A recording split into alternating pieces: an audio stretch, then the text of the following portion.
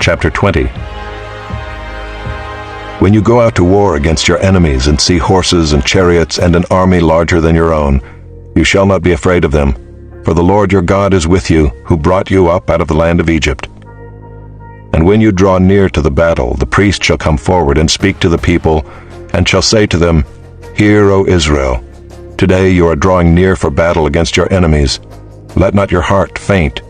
Do not fear or panic or be in dread of them, for the Lord your God is he who goes with you to fight for you against your enemies, to give you the victory. Then the officers shall speak to the people, saying, Is there any man who has built a new house and has not dedicated it? Let him go back to his house, lest he die in the battle and another man dedicate it. And is there any man who has planted a vineyard and has not enjoyed its fruit? Let him go back to his house, lest he die in the battle and another man enjoy its fruit. And is there any man who has betrothed a wife and has not taken her? Let him go back to his house, lest he die in the battle and another man take her. And the officers shall speak further to the people and say, Is there any man who is fearful and faint-hearted? Let him go back to his house, lest he make the heart of his fellows melt like his own. And when the officers have finished speaking to the people, then commanders shall be appointed at the head of the people. When you draw near to a city to fight against it, offer terms of peace to it. And if it responds to you peaceably and it opens to you, then all the people who are found in it shall do forced labor for you and shall serve you. But if it makes no peace with you, but makes war against you, then you shall besiege it.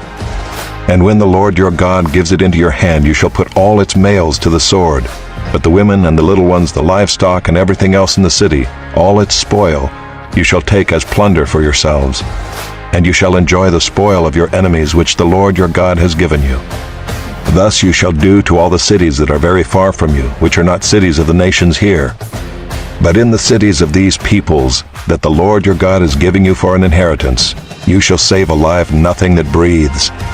But you shall devote them to complete destruction, the Hittites and the Amorites, the Canaanites and the Perizzites, the Hivites and the Jebusites, as the Lord your God has commanded, that they may not teach you to do according to all their abominable practices that they have done for their gods, and so you sin against the Lord your God.